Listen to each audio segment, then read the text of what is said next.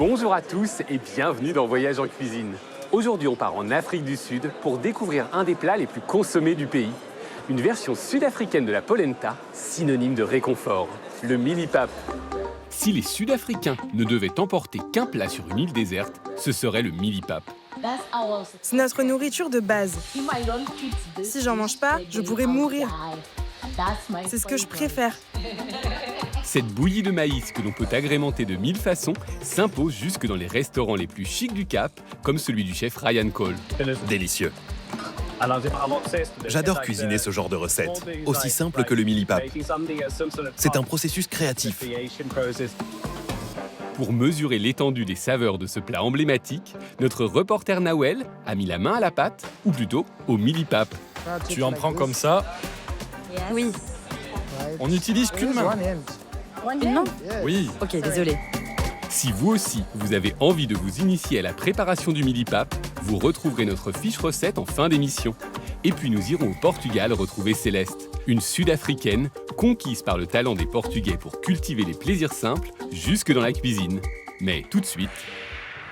Bonjour Nawel, alors tu reviens du Cap et c'est bon, désormais tu peux rayer de ta liste une chose qu'il faut absolument faire quand on va en Afrique du Sud, manger du millipap. Oui, le millipap est aux Sud-Africains ce que le porridge est aux Anglais ou bien la polenta aux Italiens. C'est vraiment la nourriture de base. Oui, c'est ce que les anglo-saxons appellent staple food. Alors c'est simple, une staple food, c'est un aliment souvent peu onéreux qui fait partie vraiment de la base du régime alimentaire d'une société donnée. Par exemple en France, pendant très longtemps, le pain, ça a été une staple food. En Allemagne, c'était plutôt la pomme de terre. Oui, et puis l'avantage aussi avec le pap, c'est qu'on peut le manger de 1001 façons. Donc il y a la version sucrée qu'on peut déguster au petit déjeuner, ou bien la version salée, accompagnée d'un braai qui est le barbecue sud-africain, lui aussi très populaire.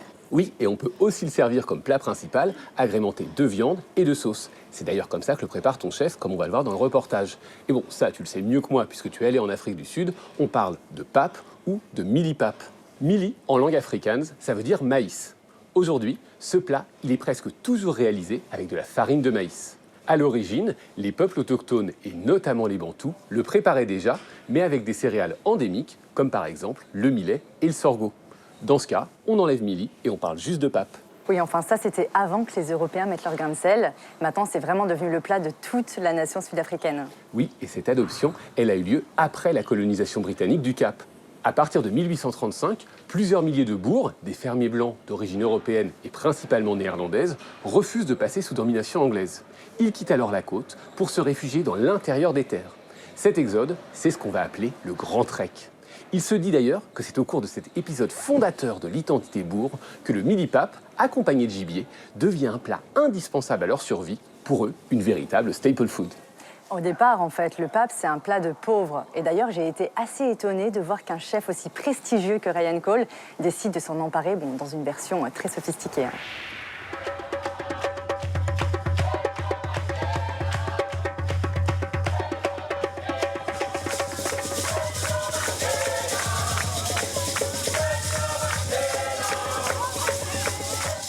Bonjour à tous, aujourd'hui je me trouve sur le front de mer du port du Cap, dominé par l'impressionnante montagne de la Table. Créé par la couronne anglaise en 1860, ce port est l'un des lieux les plus visités d'Afrique du Sud.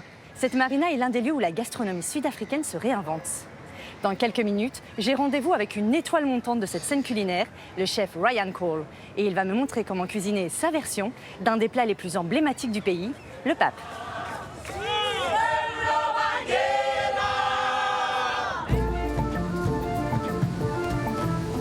Avant d'aller en cuisine, j'ai rendez-vous à 30 km du centre du Cap, dans la vallée de Hout Bay. C'est dans une ferme de 3 hectares que m'a donné rendez-vous Ryan, accompagné d'Iming, la propriétaire de ces terres. Bonjour Ryan, bonjour Iming. Salut, comment ça va? Bien, Bienvenue. merci. Alors pourquoi tu voulais m'amener ici? Je voulais que tu viennes dans cette ferme aujourd'hui parce qu'on va préparer un plat de pap. Et Iming a ce magnifique maïs bleu séché qu'on va utiliser dans notre version. Regarde, magnifique. En fait, le maïs sera la base de tout. Tout commence avec le maïs. Chaque saison, nous cultivons 2 variétés anciennes de maïs pour la farine. Le maïs de cette récolte est ce maïs bleu qui vient de Taos, au Nouveau-Mexique. Je l'adore pour son goût. C'est un maïs magnifique. Cette aubergine, qu'est-ce qu'elle est belle. C'est vrai qu'elle est belle. C'est une Rosa Bianca. Regarde ça, c'est magnifique. Je vais sûrement la piquer, la frotter avec un peu d'huile d'olive et de sel, puis la faire cuire au feu. Bref, une intervention minimale. Celle-ci se mange quand elle est tendre. C'est ce qu'on appelle au Japon une aubergine d'eau, à la peau très fine. Normalement, on la mange crue. C'est comment? C'est délicieux. C'est un peu farineux, sucré. C'est bon, surprenant. En tant que chef, c'est probablement l'un des endroits les plus inspirants. Je trouve de nouvelles idées rien qu'en passant du temps avec Yiming à arpenter les champs. On va cueillir des poivrons, des aubergines, des herbes aromatiques et ce sera tout. On va préparer notre plat d'agneau et de pape. Je pense que le pape est un plat auquel tout le monde peut s'identifier. Personne en Afrique du Sud ne dirait « je n'ai jamais mangé ça ». Ce qui me semble remarquable, compte tenu de la population totale de 80 millions d'habitants, composée de tant de cultures et d'ethnies différentes. On peut le déguster dans l'un des meilleurs restaurants gastronomiques du pays. On peut aussi le manger dans les townships. C'est tellement ancré dans nos traditions. Donc je dois vraiment goûter le pape. Tu ne peux pas venir au Cap et ne pas manger de pape.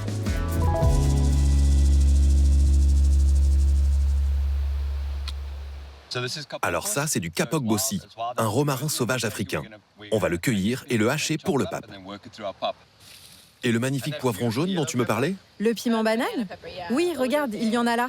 Le piment banane, qu'est-ce que c'est? Le piment banane est un piment généralement utilisé pour la marinade. C'est un piment doux. La plupart de ceux que nous cultivons à la ferme sont plutôt des piments à frire. Mais celui-ci peut être utilisé cru, frit ou mariné. On servira ça avec notre pape. Tu as besoin d'un panier. Oui, il m'en faut un. Comme quand on fait ses courses au supermarché.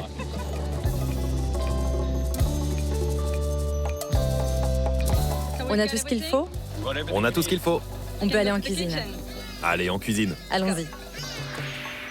Bon, Nawel, vraiment, c'est passionnant de voir ton chef comme ça choisir chaque ingrédient qu'il va utiliser pour sublimer son pape. Mais on va pas se mentir, l'ingrédient de base, c'est quand même la farine de maïs. Oui, c'est clairement la farine de maïs qu'on retrouve d'ailleurs dans plusieurs recettes sud-africaines. Mais avant de devenir une base de l'alimentation locale, elle a parcouru un long chemin. Oui, le maïs, c'est une céréale originaire d'Amérique, qui arrive au XVIIe siècle en Afrique grâce aux colons européens. Alors, très rapidement, elle va être adoptée en Afrique de l'Ouest, mais il va falloir attendre le XXe siècle pour qu'elle se généralise véritablement en Afrique du Sud. Et pourquoi est-ce que les Sud-Africains se sont mis tout à coup à en manger autant? Au départ, pour des raisons très pratiques. Avec l'abolition de l'esclavage et la découverte de gisements précieux, les hommes quittent les fermes pour aller travailler dans les mines d'or et de diamants. Beaucoup de fermes sont alors gérées par des femmes, même si elles ne possèdent pas les terres. Et par manque de main-d'œuvre, la polyculture est progressivement abandonnée au profit du maïs, qui offre un plus grand rendement. La proportion de sorgho et de millet diminue dans l'alimentation des Sud-Africains et le maïs devient la céréale la plus consommée et cultivée dans le pays. Au milieu du XXe siècle, on estime que plus d'un tiers du régime alimentaire des Sud-Africains repose sur le maïs. Et oui, c'est une céréale qui est essentielle en Afrique du Sud. Et d'ailleurs, pas qu'en Afrique du Sud, sur une large partie du continent africain aussi.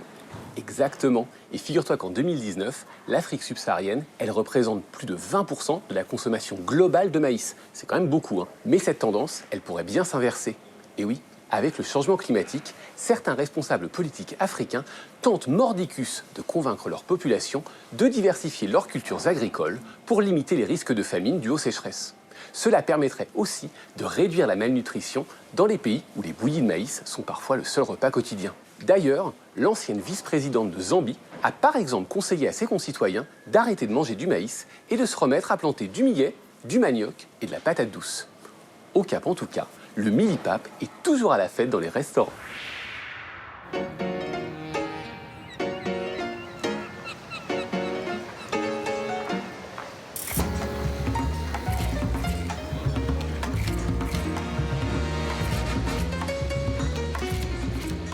Bonjour Ryan. Bonjour, ça va? Ça va et toi? Ça va, bienvenue au Koi. Donc c'est ton restaurant. C'est notre nouveau restaurant. On est au cœur de l'agitation et à la fois un peu à l'écart. C'est l'heure du pape. Suis-moi.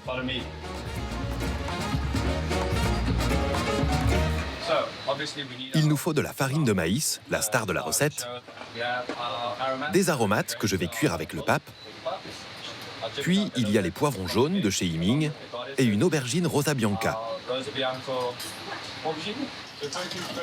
La première étape, c'est de prendre notre lait mélangé à la farine de maïs, puis on va le mélanger avec nos aromates, l'ail, l'oignon, le bouquet garni.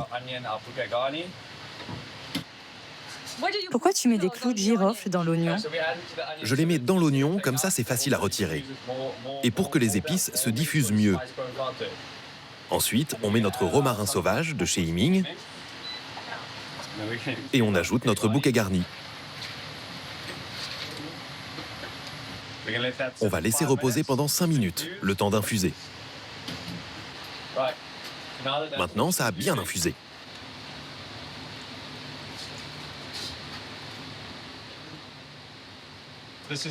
Voilà le pape. Ensuite, ça va cuire pendant 15-20 minutes. Maintenant, on va s'occuper de nos poivrons rouges et jaunes. De notre aubergine aussi. On les pique légèrement pour qu'une fois sur le feu, ils cuisent bien. Regarde comme c'est plus épais maintenant. Combien de temps on doit attendre encore? Encore environ 8 ou 9 minutes. On prend nos poivrons. On a du thym, de l'huile d'olive, du sel et nos poivrons. On ajoute un peu de poivre aussi. C'est la technique du braai. Oui, c'est un braai. Tu sais, la cuisson au feu, c'est très sud-africain. Donc on appelle ça un braai. Ça sent bon. Oui, ça sent le thym.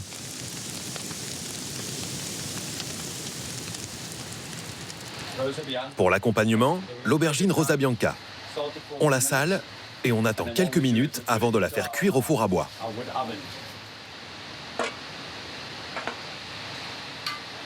C'est prêt? Presque, oui. Comment c'est? Délicieux.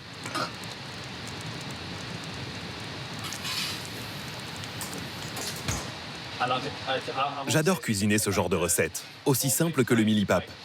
J'adore le processus. C'est comme faire du pain, tu sais. Quand on ajoute de la farine à la levure, par exemple, et qu'on voit que quelque chose prend vie. C'est un processus créatif. Allez, on va découper ces oignons. On verse de l'huile d'olive. Ce qu'on va faire, c'est y ajouter les oignons.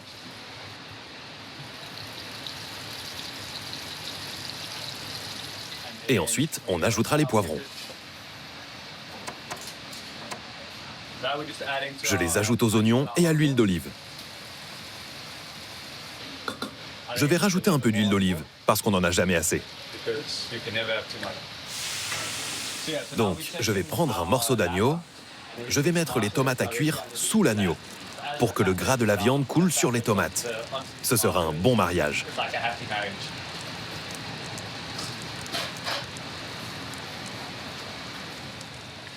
Je vais ajouter le thym et les tomates.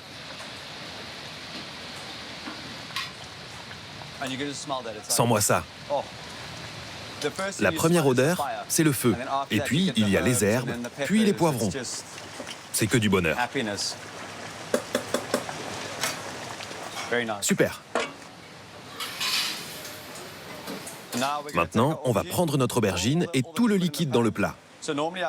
En temps normal, j'aurais épluché l'aubergine. Mais regarde-moi ça. Elle est vraiment belle. C'est bluffant.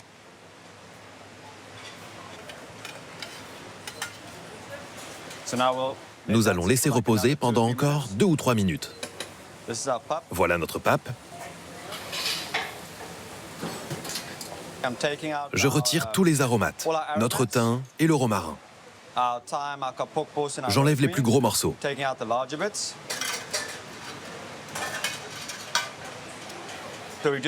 On va simplement ajouter une demi-cuillère à café de miel de Zambie. Un miel très floral et très parfumé, pour un magnifique pape. Et vous avez du miel en Afrique du Sud? Oui, nous avons de l'excellent miel. Il est idéal pour le petit déjeuner, mais pas pour cuisiner. Ok, on peut dresser notre plat.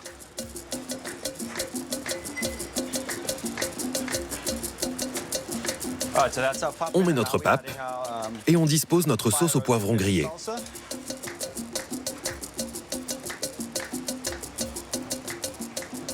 Regarde cet agneau, magnifique.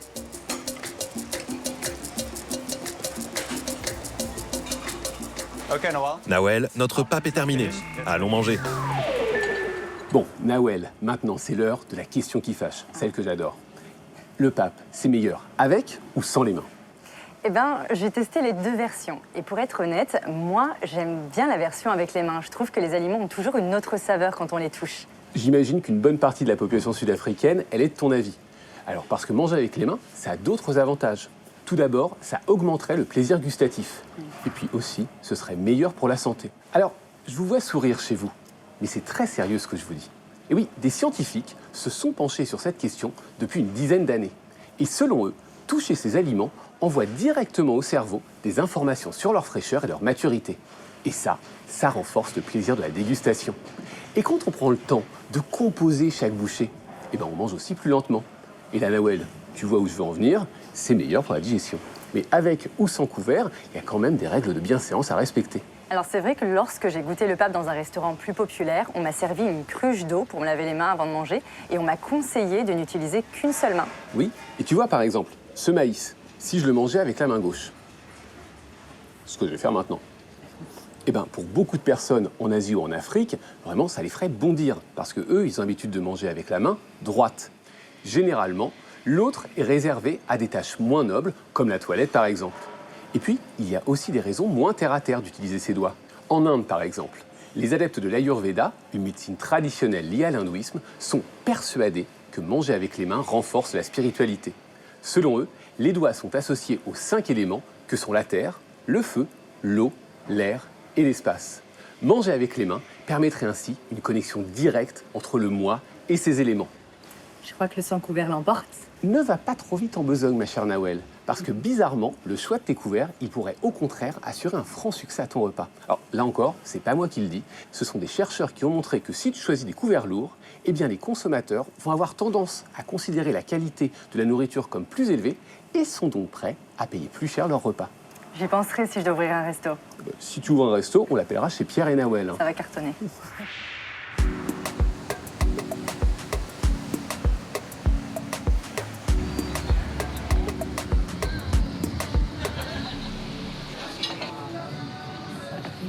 Merci beaucoup. Je vais tester le pape parce que j'en ai entendu parler. Pour une première fois, je préfère goûter le pape sans la viande. Oui, goûte-le. Ça sent bon.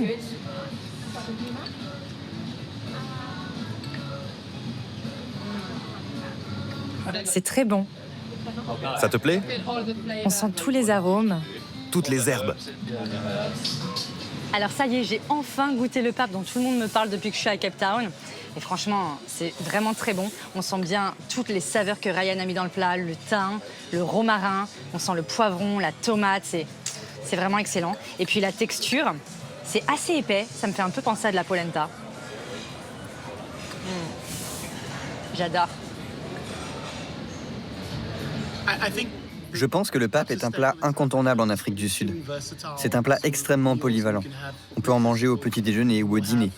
C'est copieux et je pense que beaucoup de Sud-Africains ont des souvenirs liés au pape. Je viens de Namibie. C'est un plat incontournable là-bas aussi. Il unit toute l'Afrique en tant que continent. La plupart des gens le consomment quotidiennement. Faire une recette si simple dans un restaurant tendance, c'était un challenge? Ça aurait pu l'être. Mais moi, c'est ce qui me passionne. Prendre un plat que tout le monde connaît, un incontournable, une recette aussi simple qu'amusante, et la transformer en quelque chose d'aussi beau et délicieux que ce qu'on a ici. C'est un défi que je préfère relever plutôt que de fuir. Après avoir goûté le pape gastronomique de Ryan, j'ai voulu tester une autre façon de le déguster. Pour ça, direction le quartier de Rondebosch.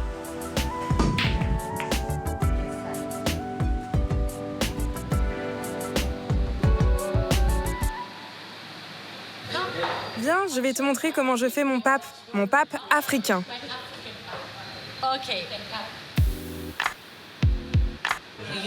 On utilise de la farine de maïs. Mon eau est déjà en train de bouillir. Je mélange la farine avec de l'eau froide. Et maintenant, je mets le tout dans le bol, avec de l'eau bouillante.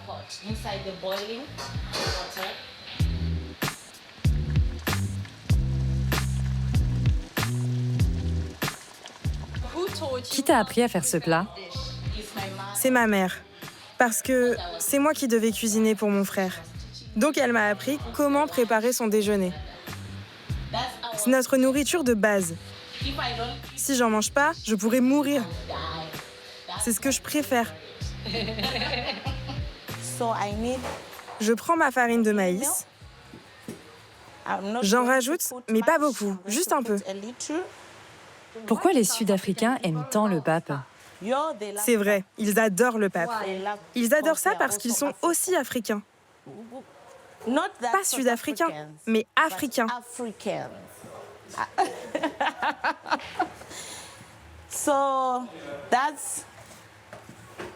Voilà comment je fais mon pape. Je vais essayer. Comme ça? Tu y arrives. Tu le fais bien.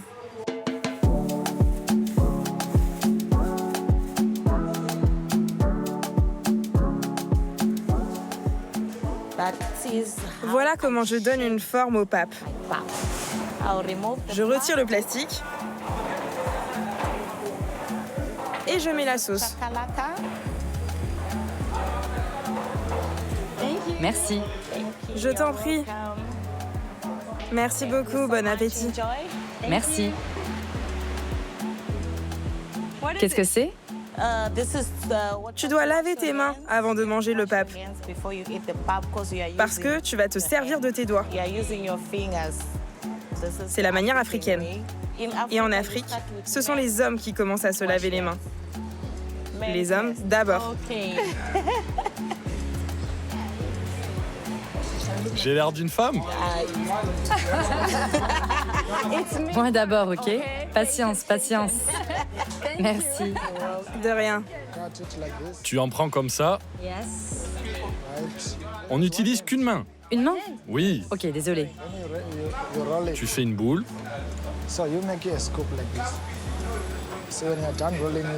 Comme ça? Oui. C'est plus simple pour attraper le chakalaka. Ok, comme ça. Exactement.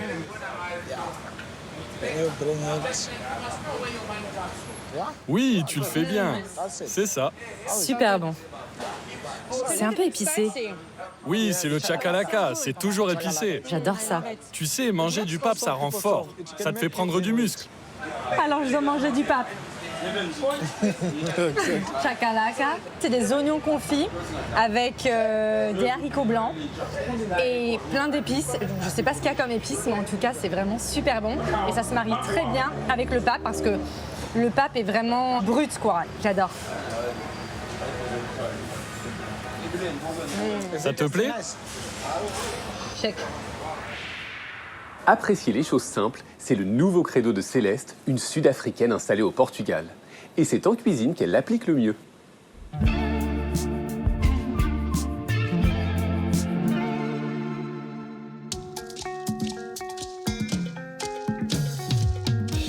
Dans la cuisine portugaise, il y a un plat que j'adore, qui s'appelle bouliao pato, et qui se fait en 2 secondes. Il ne faut pas se poser de questions. On verse dans la marmite, on ajoute le vin, l'ail, on ferme le couvercle et le tour est joué. Si vous essayez de le bichonner, ça ne marchera pas. La véritable cuisine portugaise est rapide et efficace. Chez nous, en Afrique du Sud, c'est plus laborieux. On écrase ceci, on broie cela, on laisse tremper.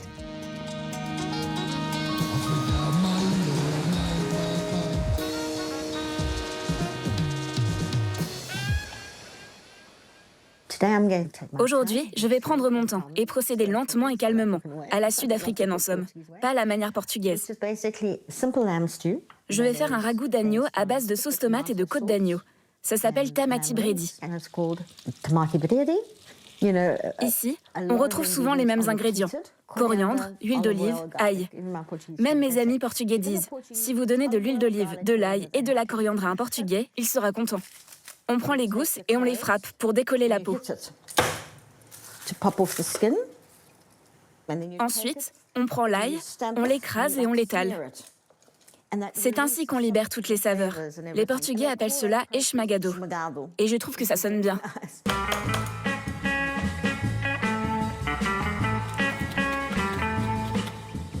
Ça sent bon.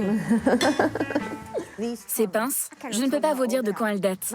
Ma mère les utilisait quand j'étais petite. Et j'y suis tellement habituée. Je ne peux pas m'en passer. J'ai ce magnifique mortier que mon frère m'a offert. Mais il m'arrive souvent, par nostalgie et non par nécessité, de me servir de celui-ci. Ma mère utilisait toujours le mortier en bois, qui écrase l'ail de manière différente. Quand je broie mes épices, je prends celui de mon frère. Et pour l'ail et le piment, je me sers du mortier en bois. Ce sont des piments piri-piri. Je vais juste en mettre un peu pour donner du peps. On peut en mettre un ou deux, mais normalement, on met un piment normal.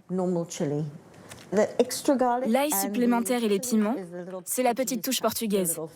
La petite touche qui dit « Bonjour, c'est ici que je vis maintenant ».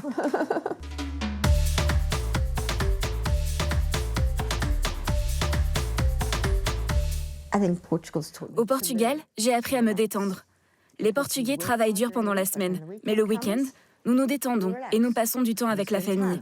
On sort, on se promène, on profite du soleil.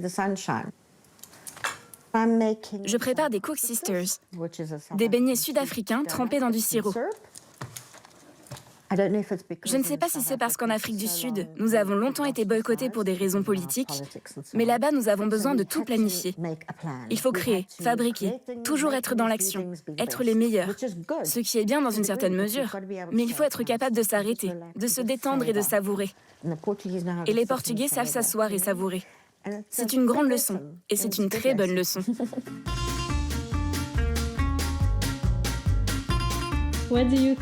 Tu en penses quoi? Ça a le même goût que dans tes souvenirs? Comme j'ai mis plus d'ail, ça me paraît différent, parce que je ne suis pas habituée à autant d'ail. Il faut croire que mon esprit devient de plus en plus portugais. Vous avez été emballé par le mini-pape, mais vous n'avez pas pris de notes. Pas d'inquiétude, on vous a concocté une séance de rattrapage. À vos marmites, c'est tout de suite.